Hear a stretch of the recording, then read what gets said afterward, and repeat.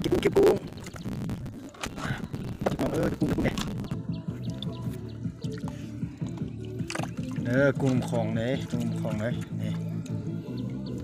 มันเป็นใต้เด้อตัวประหยัดเนาะ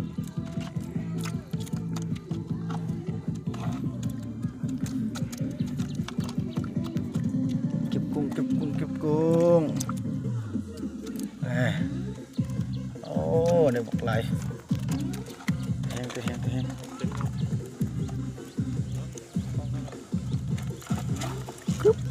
ทอ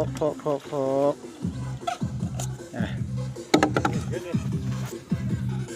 เอาปลาไปเนี่ยมีปลาพร้อมเนี่ย